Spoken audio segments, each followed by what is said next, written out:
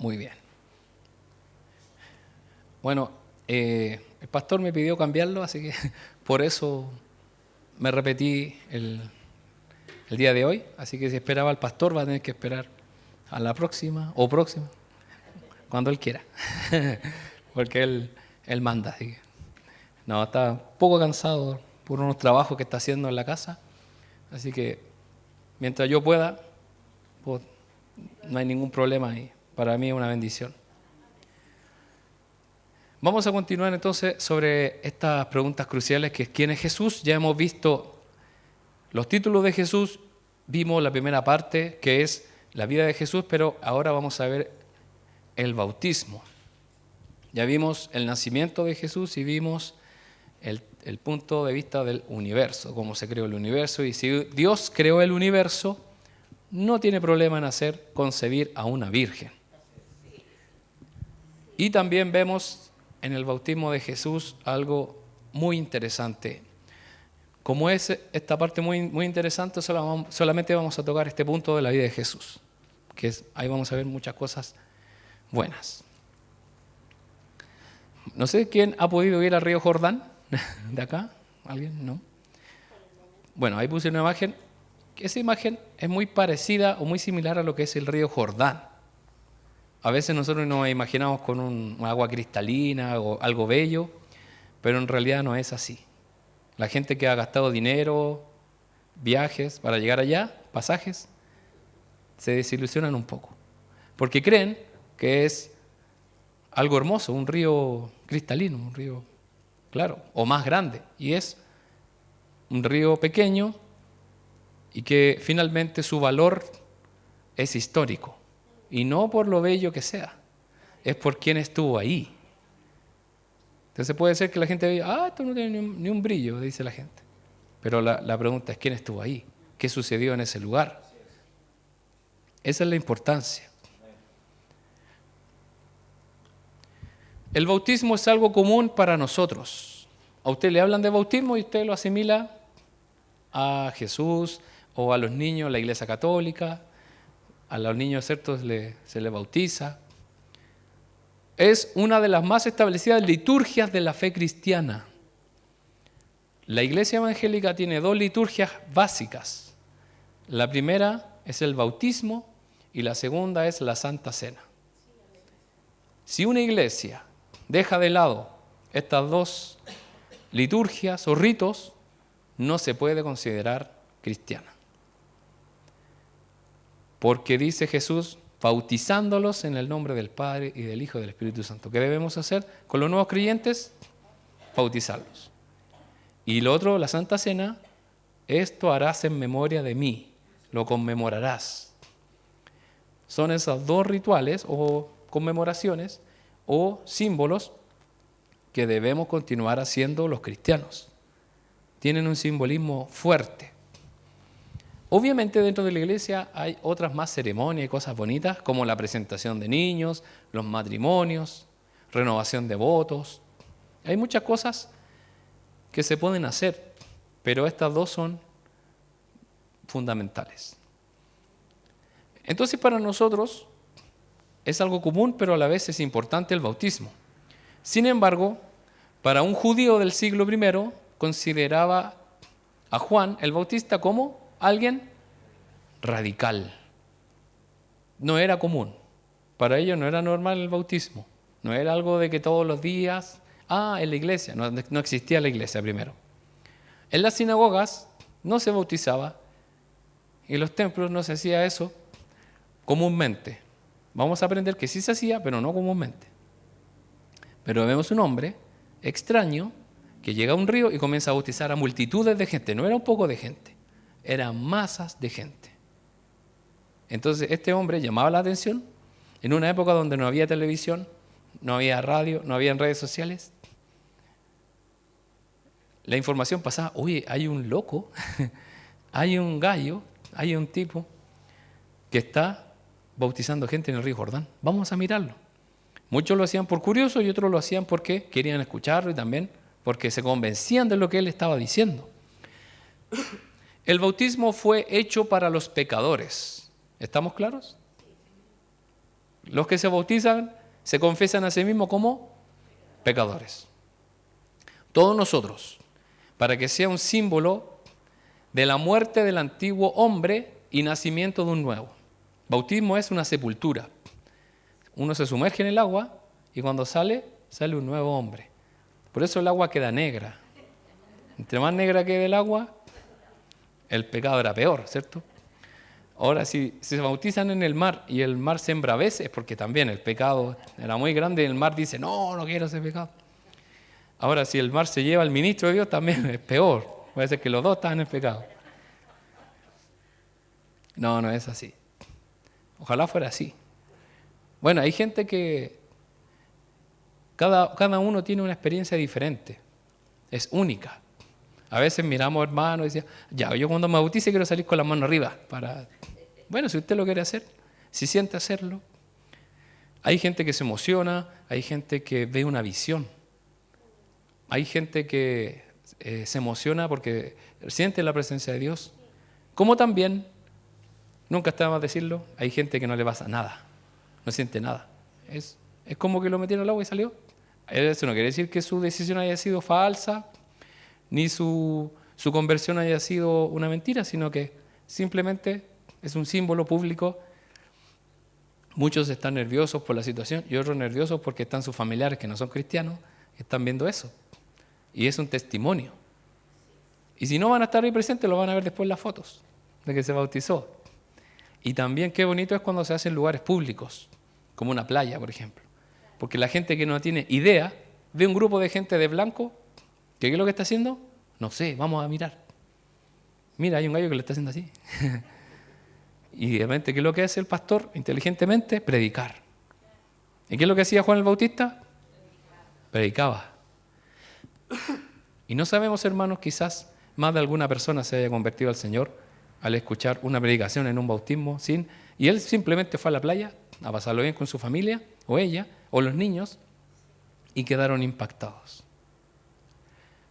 Entonces, si el bautismo fue hecho para pecadores, ¿por qué Jesús fue a presentarse para ser bautizado? Porque Jesús no se presentó donde Juan el Bautista y le dijo, bueno amigo, te vengo a saludar. No, cuidado, no me vengo a bautizar porque no soy pecador. Yo vengo pasando nomás, no me decís mal Juan. No, Jesús, ¿a qué fue? Fue a bautizarse. ¿Y por qué Jesús se tenía que bautizar si Jesús era santo, sin pecado? Si a mí me preguntaran, venía Jesús viene y me dice, ¿me tengo que bautizar? Yo le diría, no es necesario. Tranquilo Jesús. De hecho, todo lo contrario. Necesito que tú me bautices a mí. ¿Y fue lo que pasó? Sí, justamente sí fue como pasó. Porque Juan le dijo, no, bautízame tú mejor. Entonces, ¿por qué Jesús fue a bautizarse siendo santo? Y es lo que vamos a responder en el estudio de hoy. Así que quédese hasta el final, no se vaya. No cambie de canal. Juan el Bautista. Mateo 3, del 1 al 3 lo vamos a leer. Es un pasaje súper conocido. Mateo capítulo 3. Yo lo tengo aquí en la versión NTV. Mateo 3, del 1 al 3. Dice así: en esos días Juan el Bautista llegó al desierto de Judea y comenzó a predicar. Su mensaje era el siguiente: arrepiéntanse de sus pecados y vuelvan a Dios, porque el reino del cielo está cerca. El profeta Isaías se refería a Juan cuando dijo: es una voz que clama en el desierto, preparen el camino para la venida del Señor, ábranle camino. El relato no comienza con Jesús, sino con Juan el Bautista. La llegada de Juan el Bautista señala un comienzo significativo, no solo de la historia de Israel, sino de la historia de la redención. Vemos que en el capítulo 1 y 2 de Mateo, ¿qué es lo que habla? Del nacimiento de Jesús y sus circunstancias. Pero cuando empezamos a hablar del ministerio de Jesús, no comienza el ministerio de Jesús, comienza el ministerio de Juan, no comienza Jesús. Y esto tiene que ver con que no es una historia de Israel, sino una historia de la redención. Y tenía que comenzar así. El último pasaje, si usted tiene su Biblia ahí a mano, retroceda una hoja y se va a encontrar con una hoja blanca que dice Nuevo Testamento o no sé. Esa hoja blanca, hermanos, si usted no la tiene porque está fallada su Biblia, vaya a cambiarla. Denle una que tenga esa hoja. ¿La tiene ahí? ¿Qué dice? Ahí dice algo, ¿no? Dice Nuevo Testamento. Muy bien. Esa hoja es para que usted la raye. No. Esta hoja divide el Antiguo Testamento del Nuevo Testamento. En esta hoja pasaron 400 años. Ahí en Malaquías 4, del 4 al 6, está lo último. Los últimos versículos del Antiguo Testamento. Si usted se fija, esos son los últimos, ¿cierto? No hay nada más. Eso fue lo último. Imagínense que durante 400 años no hubo palabra para un hombre que le dijera, escribe esto. Ninguno. Y vamos a leerlo, está ahí. Yo lo puse ahí. Dice, acuérdense de obedecer la ley de Moisés, mi servidor, todos los decretos y ordenanzas que le entregué en el monte Sinaí para todo Israel. Miren, les envío al profeta Elías antes de que llegue el gran y terrible día del Señor. Sus predicaciones harán volver el corazón de los padres hacia sus hijos y el corazón de los hijos hacia los padres. De lo contrario vendré y haré caer una maldición sobre la tierra.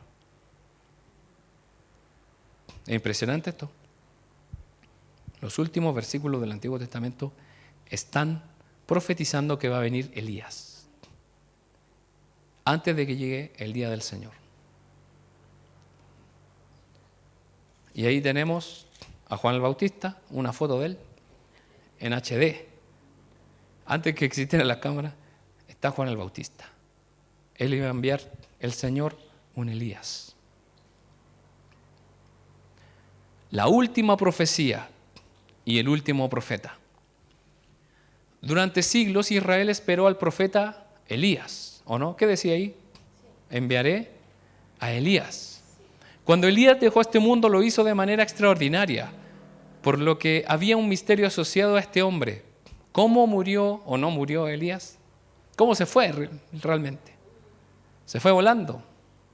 Si usted quiere lo pone en el carro de fuego, ¿sí? Eso a gusto. No, se fue en el torbellino, dice la Biblia. Bueno, este estudio lo estoy basando en un libro de R.C. Sproul, que es un norteamericano muy capo, un viejito que no sé si estará vivo, pero hasta último estaba bien delicado de salud. Y hasta él se equivoca diciendo que se fue en el carro. Lamentablemente no lo puedo escribir para decirle, oiga, caballero, mire, es un hombre misterioso Elías, porque como se fue Elías, así también puede volver, ¿no? De repente puede Dios tomarlo y ponerlo en el desierto caminando y llegar ahí y empezar a predicar, ¿o no? ¿Dios tiene el poder para hacerlo? Sí. Juan el Bautista era un hombre extraño para la gente de esa época. Vivía en el desierto. Y sabe que el desierto es el lugar de encuentro tradicional entre Dios y el pueblo. ¿Dónde se encontró Dios con el pueblo? En el desierto, camino a la tierra prometida. Ahí Dios puso su tabernáculo, su nube para cubrirlos. En el desierto, el sol, y también en la noche una columna de fuego. Allí Dios estuvo una relación con ellos en el desierto. Y en el desierto es de donde los profetas recibían las órdenes de Dios. Ellos iban al desierto, recibían inspiración de Dios y volvían al pueblo y le decían, arrepiéntanse de sus pecados, porque si no va a venir un pueblo extraño y nos va a llevar lejos. ¿Hasta qué? Hasta que finalmente sucedió. Vinieron los babilonios y se los llevaron. Este hombre se vestía extravagante, vestido de piel de camello y un cinturón de cuero. Comía langostas y miel silvestre. En resumen, era un hombre salvaje. Con ello hacía eco al estilo de Elías. Porque Elías también era un hombre, podríamos decir, salvaje, porque era como un nómada de Elías. No se quedaba establecido mucho tiempo, sino que andaba a donde Dios le decía que fuera. Y lo otro, que no se habla mucho de que Elías haya tenido familiares o sea muy apegado a un lugar. Era un hombre que, podríamos decir, estaba con los pies en la calle, lleno de polvo, de tierra. Y lo mismo este hombre, ¿de dónde venía Juan el Bautista? Venía del desierto. Ahora, como dato curioso, siempre me pregunto yo, mientras Juan el Bautista era joven y empezaba a crecer, ¿y en qué momento Dios le dijo, ya, tienes que ir al desierto y vas a comenzar a predicar? Porque no es raro esto, pues, o sea, no es que uno tenga una escuela y salga de título profesional de bautizador y nada lo preparó, sino que Dios lo llamó. Lo mismo que Jesús en algún momento, al cumplir cerca de los 30 años, él dijo, voy a comenzar. O quizás él vio como Juan el Bautista comenzó su obra, entonces dice, ahora tengo que hacerlo. Y vemos todos los tiempos de Dios que son perfectos.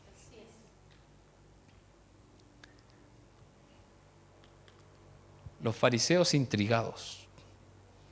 La reacción pública fue electrizante. Las masas corrían a verlo para oír su mensaje y ser bautizados. O sea, Juan el Bautista llamaba la atención de la gente porque las masas, la gente realmente en multitudes iban a verlo.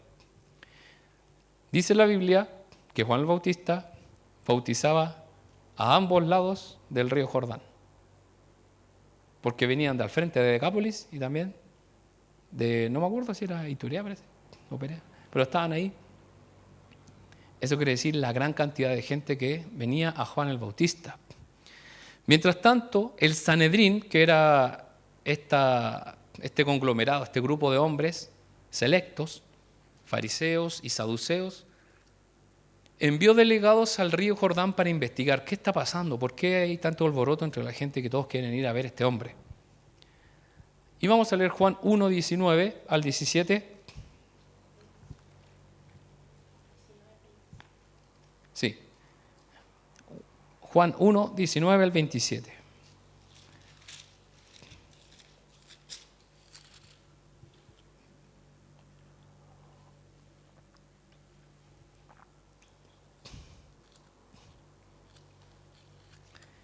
Dice así: este fue el testimonio que dio Juan cuando los líderes judíos enviaron sacerdotes y ayudantes del templo desde Jerusalén para preguntarle, ¿quién eres? Él dijo con toda franqueza, yo no soy el Mesías. Bien, entonces, ¿quién eres? Preguntaron, ¿eres Elías? No, contestó. ¿Eres el profeta que estamos esperando? No. Entonces, ¿quién eres? Necesitamos alguna respuesta para los que nos enviaron. ¿Qué puedes decirnos de ti mismo? Juan contestó con las palabras del profeta Isaías. Soy una voz que clama en el desierto. Abran camino para la llegada del Señor. Entonces los fariseos que habían sido enviados le preguntaron, si no eres el Mesías, ni Elías, ni el profeta, ¿con qué derecho bautizas? Juan les dijo, yo bautizo con agua, pero aquí mismo, en medio de la multitud, hay alguien a quien ustedes no reconocen. Aunque su servicio viene después del mío, yo ni siquiera soy digno de ser su esclavo, ni de desatar las correas de sus sandalias. Hasta ahí. Se dan cuenta que estos hombres fueron a interrogar a Juan el Bautista y le preguntan, ¿eres el profeta? Y él le dice, no. ¿Eres el Mesías? No. ¿Eres Elías? Y él le dijo, no soy Elías, me llamo Juan el Bautista, mucho gusto. Juan le respondió bien. ¿Está mintiendo Juan? No, está respondiendo bien. Pero de manera intrigante, él les dice prácticamente, sí, soy ese Elías que ustedes piensan, pero no les quiero decir. Porque dice, soy una voz que clama en el desierto. Isaías profetizó sobre esa voz. Y esa voz era el Elías que iba a venir. Entonces como que les dice, pero no les dice. Soy, pero no soy.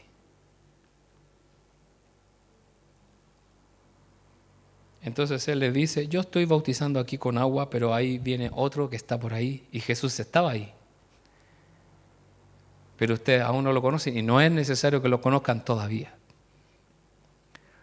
Y vamos a leer Mateo 11.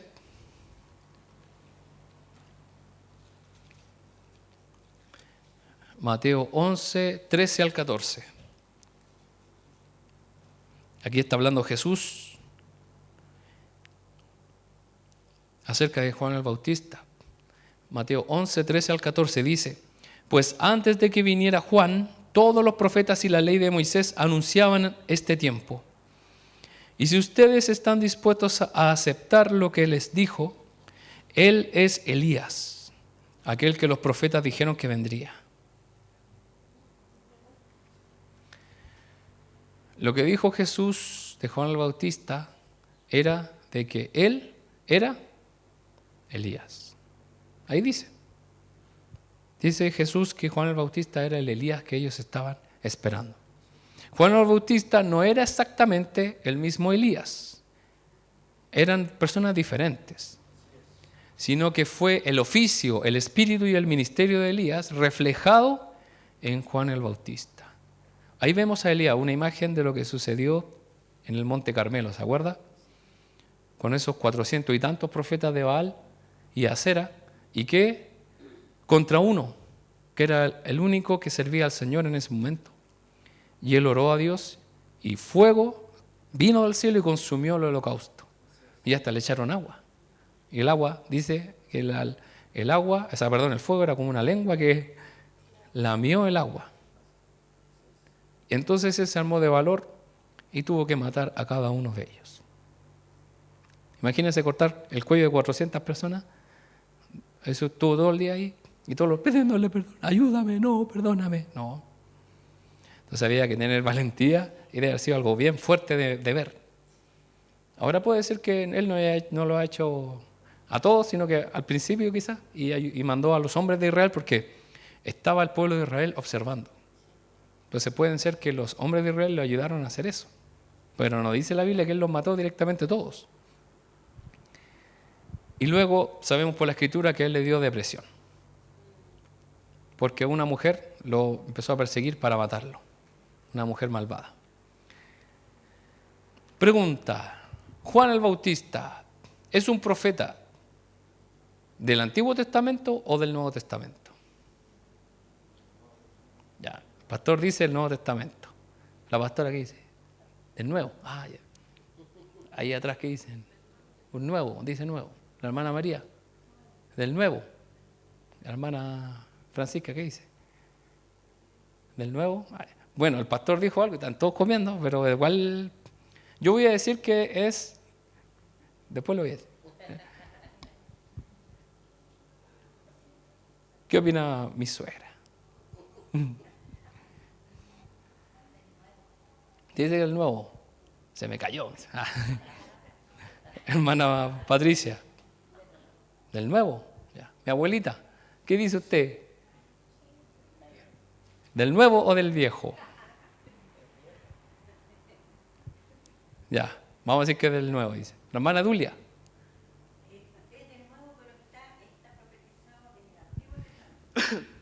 Ya está profetizado, ya, pero dígame, del Nuevo. Del Nuevo, ya.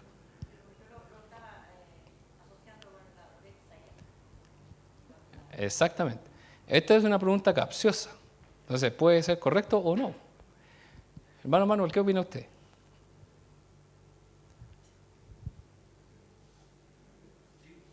Del Antiguo Testamento. Ya ahí tenemos la primera persona que es del Antiguo. Hermana Olga. Ya no sé mañana. Tírese una. Acompaña a su esposo. Apóyelo.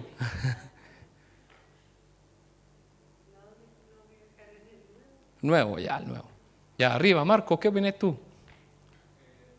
Ya, el nuevo. ¿La Valentina? El nuevo. Muy bien. Vamos a ver. ¿Un 7 o todo mal? Menos el hermano.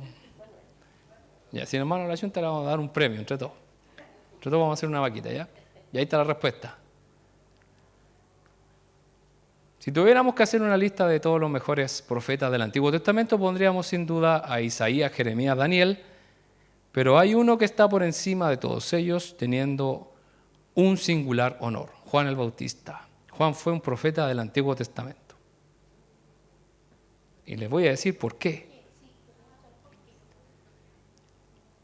Si bien su ministerio está registrado en el Nuevo Testamento, su actividad tuvo lugar en lo que todavía era la historia veterotestamentaria, porque quien trajo el nuevo pacto fue Jesús cuando murió en la cruz. ¡Pum! ¿Se da cuenta? Entonces podríamos decir que todo lo que sucedió antes del nuevo pacto es Antiguo Testamento, porque es el antiguo pacto, Antiguo Testamento. Pero escrituralmente Juan está en el Nuevo Testamento. Se da cuenta que esta es una pregunta capciosa, obviamente. Porque podríamos todos llegar a un acuerdo, a un consenso de que Juan el Bautista es del Nuevo Testamento. Sí, porque está ahí. De hecho, estaba con Jesús, ahí está, se sacaban fotos juntos. No, es del Nuevo Testamento. Pero en sí, podríamos decir, en la actividad, en su ministerio y en su llamado y en lo que él hizo, es del Antiguo Testamento.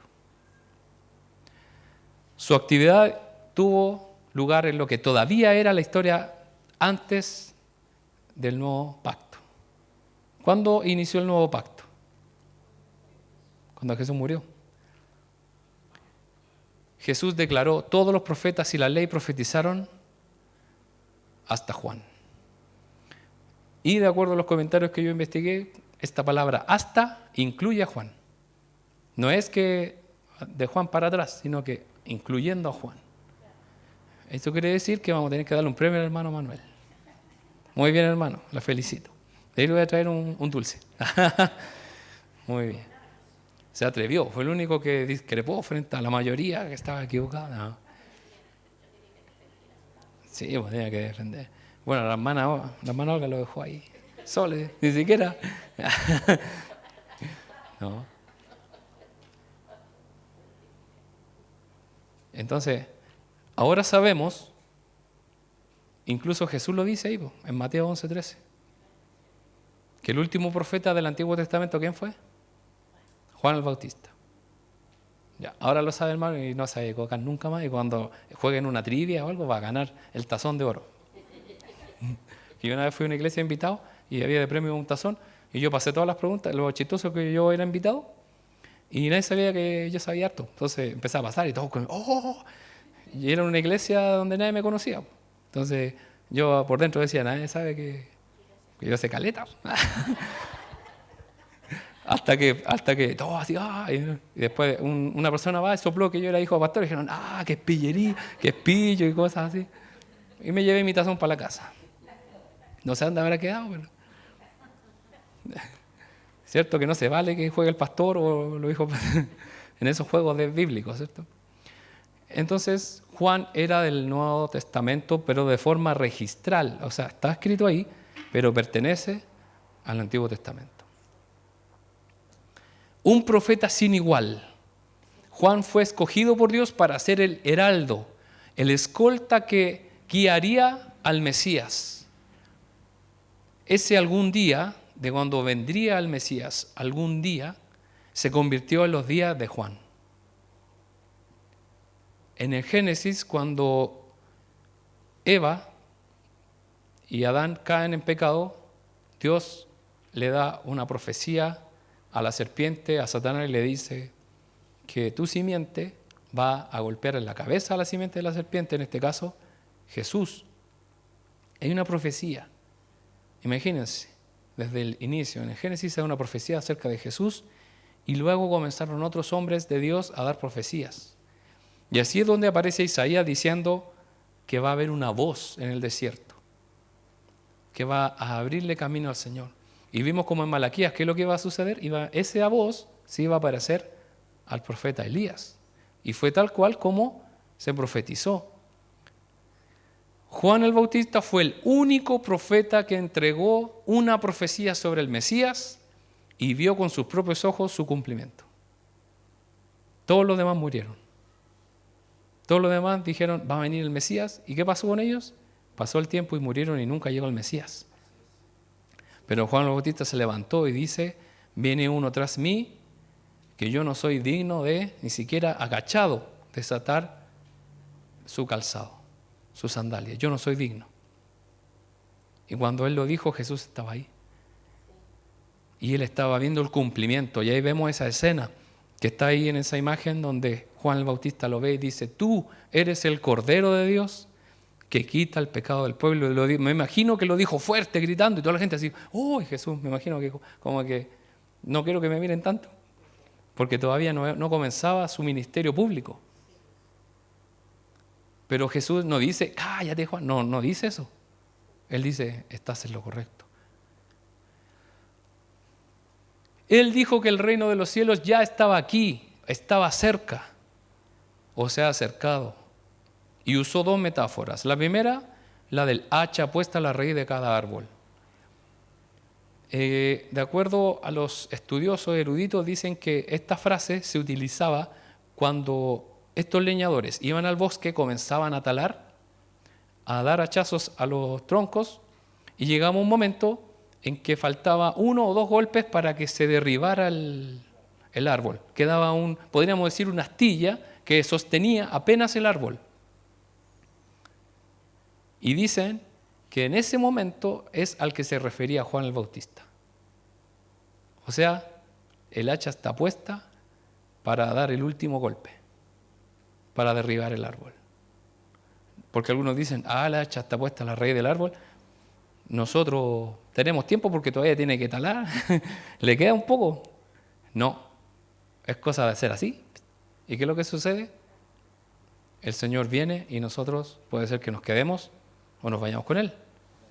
Como también el bieldo, que separa el trigo de la paja. Usted sabe lo que hace, en este caso, los que trillan el trigo, para separarlo de la paja, lo lanzan con una especie de pala, ¿no? O un rastrillo gigante, un tridente, y lo tiran. No sé si han visto la televisión, lo hacen así. Mi abuela se acuerda, ¿cierto? Que ella lo hacía. ¿Y qué es lo que hace el viento? Se lleva la paja y cae lo que es el trigo limpio. Entonces estaba inminente el reino de Dios, que creo que iba a hacer, iba a separar a los hijos de Dios de los que no son, los que parecen y los que realmente son. Estas dos metáforas indican lo inminente de la llegada del reino de Dios. Vamos a avanzar ahí. El bautismo de Juan y el bautismo de Jesús no fueron bautismos similares. A veces al leer parece que, mira, Jesús después siguió bautizando. ¿Se acuerda que dice la Biblia que los discípulos bautizaban? Es lo mismo que decía Juan. No es lo mismo. El bautismo de Juan estaba diseñado y dirigido exclusivamente a Israel, para llamar a la nación judía para la llegada de su rey. Era una forma de purificarse, de bañarse, de limpiarse, para que llegara su rey. Habían gentiles, gente que no era judía, extranjeros que querían pasar al judaísmo. Y para los gentiles conversos a esta religión debían hacer tres cosas. Primero, hacer una profesión de la fe en la que abrazaban la ley y los profetas. ¿Qué decían? Creo en la ley de Moisés y creo en lo que dijeron los profetas judíos. Segundo, se tenían que circuncidar. Y tercero, debía purificarse mediante el bautismo de prosélitos. ¿Se da cuenta que esta práctica no era muy común? No estaba lleno de gentiles ahí viniendo en masa a querer hacerse judíos. Eran contados. Y dentro de este procedimiento, la última parte era el bautismo.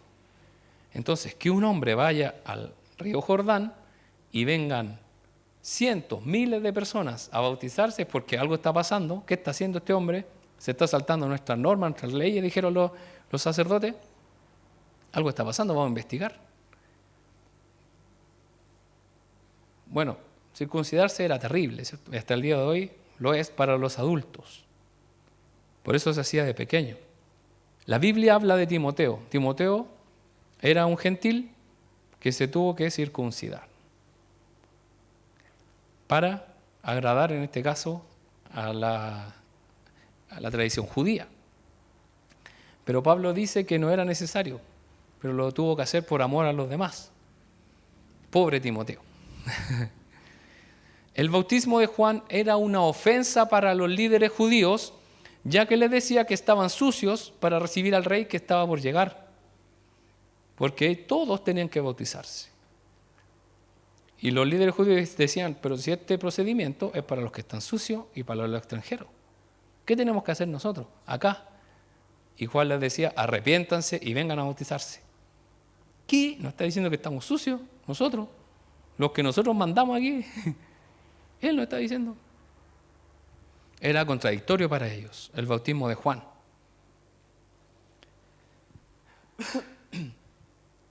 ¿Se da cuenta la diferencia que hay entre el bautismo que hace Jesús para su iglesia, que ya lo habíamos explicado, que es una forma de sepultar al antiguo hombre y nace uno nuevo? Eso es espiritual. Porque no es como que entra al agua una persona así enojada, pues sale feliz. No, sino que es algo espiritual, algo que ya sucedió dentro del corazón. Y esto se hacía en ese sentido para estos casos. Y él estaba diciendo, purifíquense porque viene el rey. ¿Y quién era ese rey? Jesús. Y dice la Escritura que muchos de los discípulos de Juan pasaron a ser discípulos de Jesús.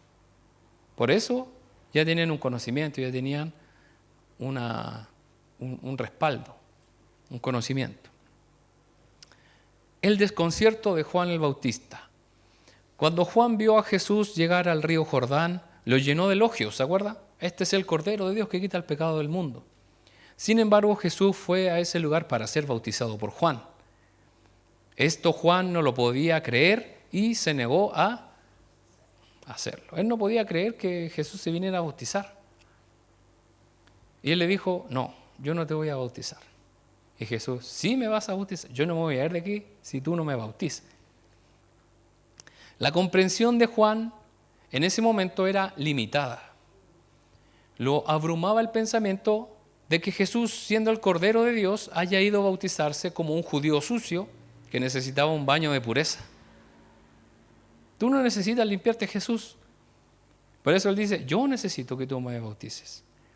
Y ahí dice en Mateo 3:15, pero Jesús le dijo, así debe hacerse, porque tenemos que cumplir con todo lo que Dios exige. Entonces Juan aceptó bautizarlo. Es como que Jesús le dijera, Juan, haz lo que te digo, ya habrá tiempo de tratar de entenderlo. O como dice en buen chileno, sígueme la corriente, después arreglamos. Es que no era bueno que se pusieran a discutir frente a la gente. Me imagino ese momento de tensión, ellos en el agua, y como que agarrándose uno, no, tú, y como que Juan poniéndole la mano a Jesús para que, ¿qué está pasando? Diría la gente, no, tranquilízate, Juan, tranquilízate, guarda la compostura. Y es porque yo creo que nosotros reaccionaríamos de la misma manera. No nos sentiríamos dignos de bautizar a Jesús, sino que Él debería bautizarnos a nosotros. Y finalmente Él tuvo la humildad de aceptar y decir, lo voy a hacer. Voy a hacer lo que tú quieres y obedecer al Señor. Y muchas veces vamos a tener que hacerlo. Y muchas veces usted, hermano, va a sentir, o hermana, que usted no es digno de hacer algo, pero usted lo va a hacer porque tiene que obedecer. Es que hay otra persona más preparada que yo, no importa, Dios te está diciendo a ti que lo hagas. Y así está bien que lo hagas.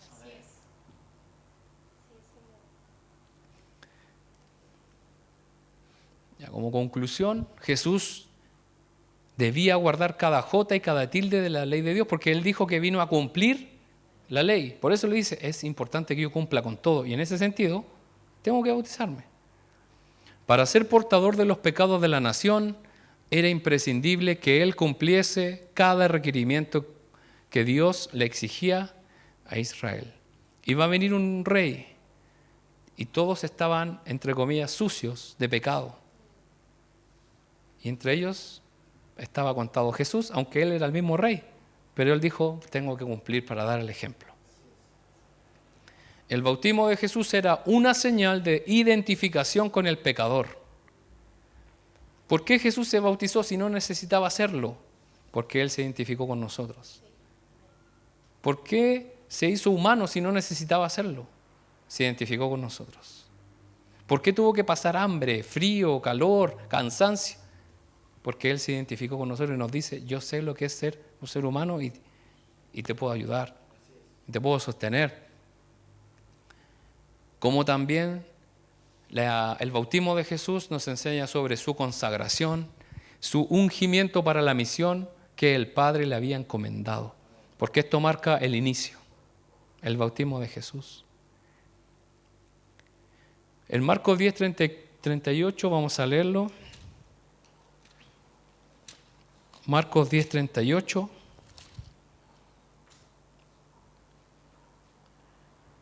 Dice, Jesús les dijo, ¿no saben lo que piden? ¿Acaso pueden beber de la copa amarga de sufrimiento que yo estoy a punto de beber? ¿Acaso pueden ser bautizados con el bautismo de sufrimiento con el cual yo tengo que ser bautizado? Él fue bautizado para morir. Él no solo se bautizó para decir, usted hagan lo mismo. No, Él dijo, mi bautismo es especial. Y si lo hizo con Juan el Bautista, lo hizo para mostrar que Él también iba a morir. Que estaba profetizado. Es como decir, este es el punto inicial para mi muerte en la cruz, para mi caminar hacia la cruz. Quizás antes del bautismo de Jesús, Él tenía una vida normal. Iba al supermercado, iba al mercado, iba a comprar pescados ahí a la orilla del mar. Trabajaba de carpintero, sustentaba a su madre María, hacía muchas cosas, iba a la sinagoga, tenía una vida normal. Pero ¿qué es lo que sucedió? Él dijo, tengo que hacer lo que el Padre me envió a hacer. Y Juan ya está predicando, Juan ya está bautizando. Y él fue y se bautizó. Y en Mateo 3:17, que es la lectura que estábamos teniendo, Mateo 3:17 dice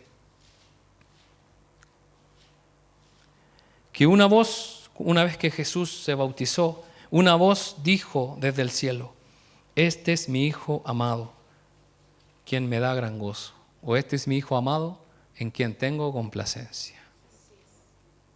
Dios confirmó todo lo que sucedió en ese lugar.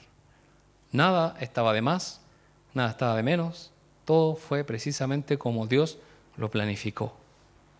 Estaba Elías, estaba el rey que vendría y estaba este símbolo, esta muestra pública de la fe. Y no sé si usted, hermano, luego de lo que acabamos de ver, de aquí en adelante, si usted ve algún bautismo, lo va a mirar de forma distinta. Que justamente es una liturgia, algo que los cristianos hacemos directamente de Jesús. No es que lo inventó un santo, un hombre por ahí como que se le ocurrió hacerlo. No, Jesús mismo lo hizo y Él nos dijo que lo siguiéramos haciendo los cristianos, como también la Santa Cena. Nosotros lo hacemos porque Jesús mismo lo hizo y lo enseñó que lo hiciéramos. No hay ningún intermediario, no es que nosotros hacemos esto porque a Pedro se le ocurrió, a otro se le ocurrió. No, las dos cosas. Y vemos cómo este hombre de Dios, Juan el Bautista, le dio honra al Señor y el Señor cometió también su misión de venir a morir por nuestros pecados. Les invito, hermano, a que pueda cerrar sus ojos y vamos.